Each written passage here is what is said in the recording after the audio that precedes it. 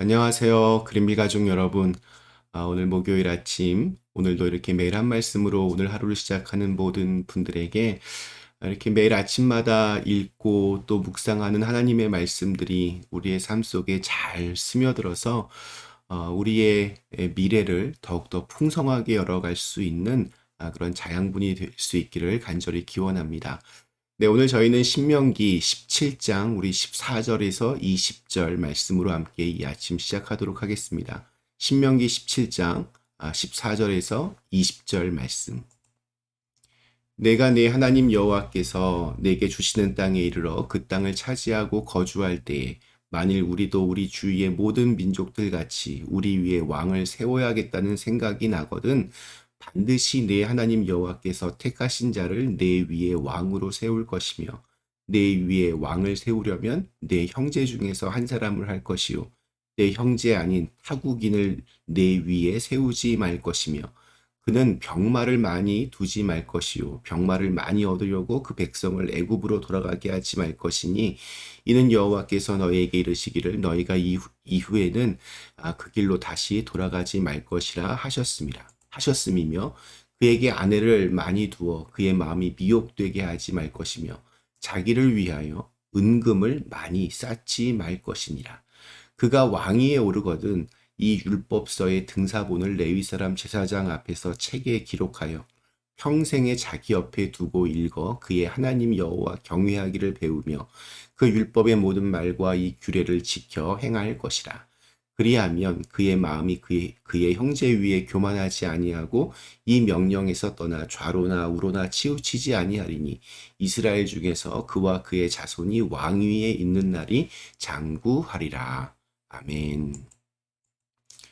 네, 오늘 읽은 말씀에는 앞으로 이스라엘 백성들이 우리도 왕이 필요하다 하여서 왕을 세우게 되었을 때 왕은 어떠해야 하는지를 알려주고 있습니다.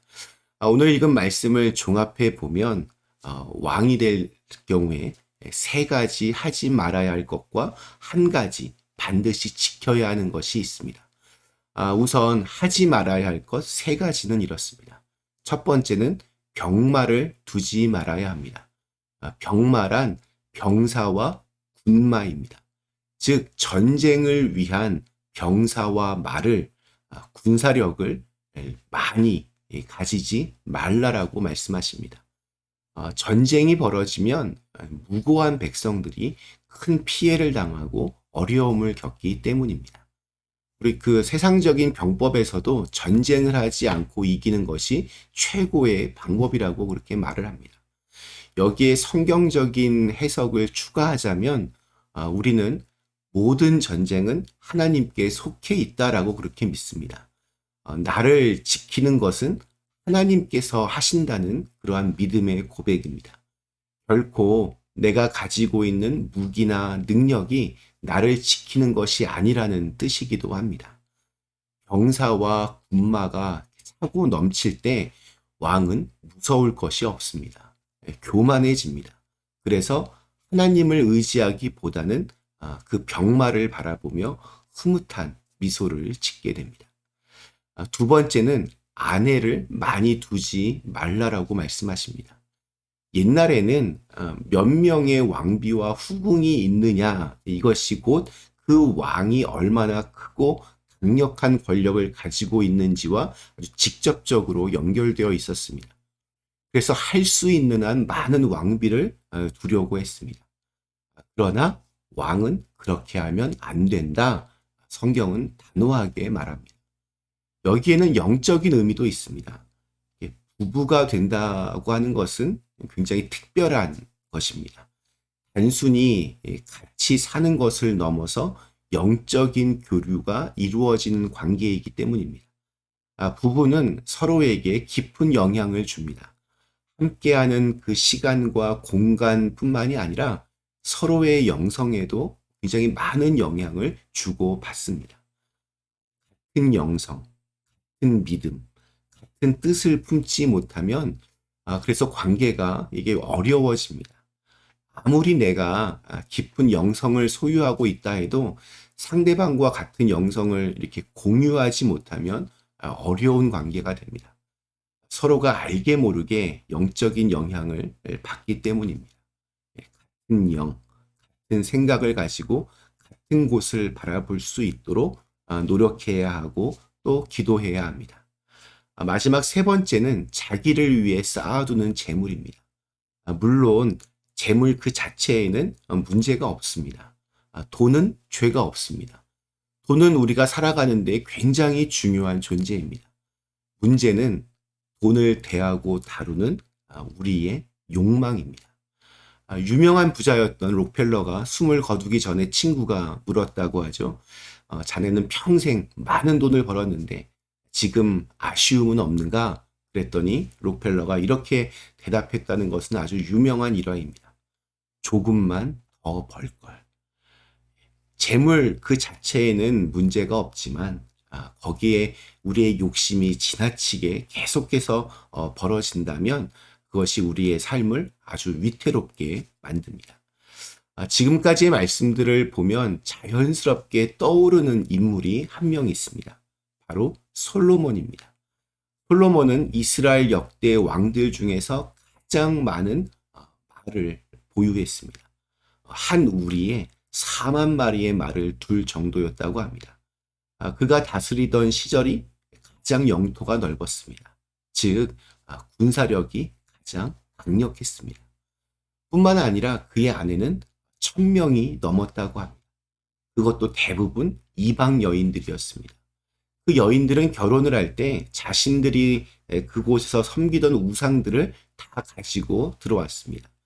솔로몬은 하나님을 위한 성전만을 지은 것이 아니라 그 많은 아내들이 가지고 온 우상들의 신전까지도 계속해서 지었습니다. 재물은 또 어땠을까요? 솔로몬은 자신의 의자나 사용하는 그릇 모두를 다 순금으로 만들었다고 합니다. 솔로몬에게 은은 별 볼 일 없는 수준이었습니다. 이스라엘 역사상 가장 부유했던 왕이었습니다. 그러나 솔로몬의 결과는 분열이었습니다. 솔로몬이 죽자마자 나라는 남북으로 갈라지고 그때부터 패망의 길을 걷게 됩니다. 어쩌면 우리의 영성이 그럴지도 모르겠습니다. 자신을 지키기 위해 무엇보다 자신의 힘이나 재능, 능력을 믿고 키우고 또 세상의 흐름대로 모든 사람들이 가는 길이 옳은 길로 여기며 가고 또 최고의 가치는 돈이라고 여기며 살다 보면 어느덧 편한 자리, 든든한 백, 멋진 여유가 생길지도 모릅니다. 그러나 그 최종 종착역은 분열과 패망으로 향하기 마련입니다. 이렇게 하지 말아야 할 세 가지에 이어서 반드시 해야 하는 한 가지가 18절과 19절에 나옵니다. 그가 왕위에 오르거든 이 율법서의 등사본을 레위 사람 제사장 앞에서 책에 기록하여 평생에 자기 옆에 두고 읽어 그의 하나님 여호와 경외하기를 배우며 이 율법의 모든 말과 이 규례를 지켜 행할 것이라. 한마디로 하나님의 말씀을 언제나 가장 옆에 두고 살라는 것입니다. 오늘 이 말씀은 그저 그냥 먼 나라 이야기가 아닙니다. 옛날 왕들의 이야기도 아니고 오늘날 어떤 대통령들에게만 해당되는 이야기도 아닙니다. 바로 우리들의 이야기입니다. 저와 여러분은 어느 누군가에게는 왕 같은 사람이고 또 지도자와 같은 존재입니다. 아주 가깝게는 자녀들에게 그렇습니다. 일터에서도 그렇고 또 교회에서도 그렇습니다. 그런데 내가 솔로몬 같은 사람이라면 오늘의 그 성공에 취해서 하나님의 말씀에는 귀를 기울이지 않고 자기가 하고 싶은 대로 자기 마음대로 자기의 인생을 살아간다면 솔로몬처럼 가정은 깨어질 것이고 내 공동체는 무너질 것입니다. 그런 끔찍한 미래의 일들이 지금의 나로부터 시작된다면 우리는 하나님의 말씀을 옆에 두고 살아야 한다는 것이 얼마나 중요한 것인지를 다시 한번 생각하게 됩니다. 오늘 우리에게 주신 하루 하지 말아야 할 것 세 가지, 또 반드시 해야 될 것 한 가지를 명심하셔서 나로부터 새로운 축복의 길이 시작될 수 있는 그러한 은혜가 있기를 간절히 기원합니다. 잠시 함께 기도하시겠습니다. 사랑의 하나님, 오늘도 저에게 새로운 날 주심을 감사합니다. 우리가 인생을 살아가면서 하고 싶은 거 그냥 그대로 다 하고 자기 마음대로 인생을 살아간다면 결국 그 마지막 종착역은 패망의 길로 들어서게 됩니다.